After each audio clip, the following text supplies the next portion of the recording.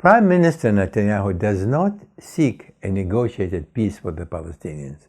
Instead, he perpetuates constant hostilities as a means to incrementally seize ever more territory in the West Bank and Gaza, territory he knows he could never secure at the negotiating table.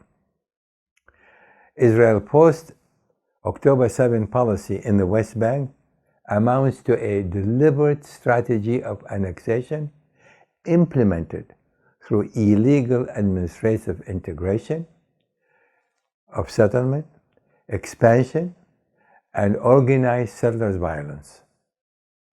Cumulatively, this would allow Netanyahu to prevent the creation of a Palestinian state and ultimately realize his goal of establishing Greater Israel by any means necessary, however beastly.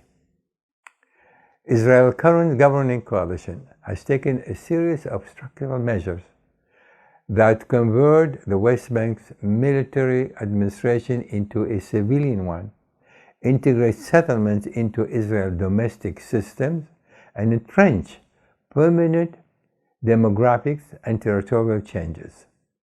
These moves go beyond ordinary occupation and align with what the International Court of Justice and the United Nations bodies describe as de facto annexation and the consolidation of an apartheid regime in violation of international law.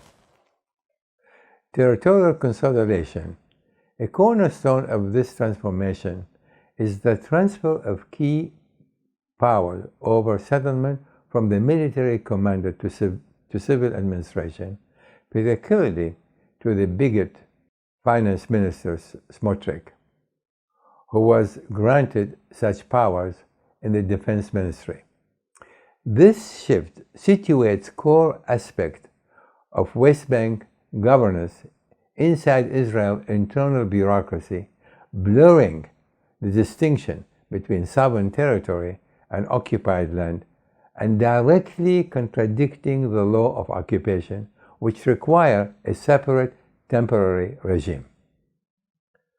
Smotrich has explicitly framed this process as groundwork for applying Israeli sovereignty forever, both in Gaza and over the West Bank, stating that the year 2025 will be the year of sovereignty in the West Bank. The Israeli government has opened dozens of roads around settlements and outposts connecting Jewish communities while restricting Palestinian movement and enabling further land seizure that ruthlessly strip the Palestinians of their principal source of livelihood. Palestinians face systematic denial of building permits across most of Area C, which is controlled and administered by the military, making illegal constructions almost unavoidable. Israel then deploys demolition and forced displacement to clear strategic areas. From November 2023 to October 2024, at least 1,770 structures were mercilessly demolished in the West Bank, forcibly displacing 4,500 people and further striking Palestinian territorial presence. At the same time, Israel advanced plans for more than 10,300 housing units in the West Bank settlements, supporting at least 49 new outposts, alongside the plans of over 20,000 units in East Jerusalem. These illicit activities serve to project of territorial re-engineering designed to obliterate Palestinian roots from their land, preempting the emergence of a viable Palestinian state. Settler militarization and state-enabled violence. Following Hamas' October 7, 2023 attack, Israel dramatically expanded its legitimization of settler violence. Thousands of settlers were incorporated into official security structures or armed with state-issued weapons, blurring the line between irregular settler militia and state security agents and embedding them in the machinery of control over Palestinians. The United Nations and human rights reporting reveals that rampant settlers initiated brutality surged to a harrowing crescendo, averaging 118 incidents per month in 2024, often in the presence or with the participation of Israeli forces. These attacks involve killings, beating, property destruction, and forced expulsions of Palestinian communities. Yet, accountability remained minimal, indicating tacit or explicit state support for settlers, brutal and terrorizing violence against Palestinians to consolidate territorial control. Airstrikes and poverty destruction. Although Israel is not at war in the West Bank, its forces have repeatedly used heavy battlefield weapons, including airstrikes in urban refugee camps such as Jenin and Tulkarm.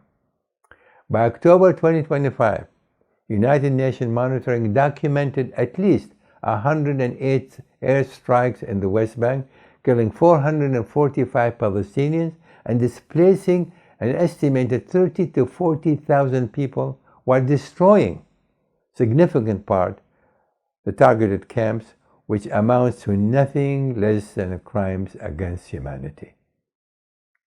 This level of force deployed outside a declared armed conflict and on territory under prolonged occupation deepens the depopulation of key areas and entrenches the message that Palestinians lack security anywhere the state seeks tighter control.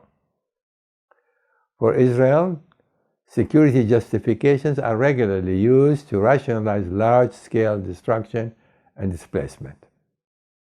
Between October 7, 2023 and October 17, 2025, at least 1,001 Palestinians were killed in the West Bank, including East Jerusalem, by Israeli forces and settlers. Roughly one in five of them is a child. This reflects a systematic, morally depraved policy that renders Palestinian presence precarious and facilitates the normalization of Israeli settlement and sovereignty claims.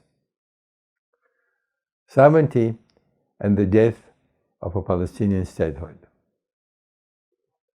Explicit political statements and parliamentary acts underline the governing coalition's intent. In July 2025, the Knesset adopted a resolution affirming Israel's natural, historical, and legal rights to the entire land of Israel and calling on the government to extend Israeli sovereignty, including law, jurisdiction, and administration over all areas of Jewish communities in Judea and Samaria and the Jordan Valley.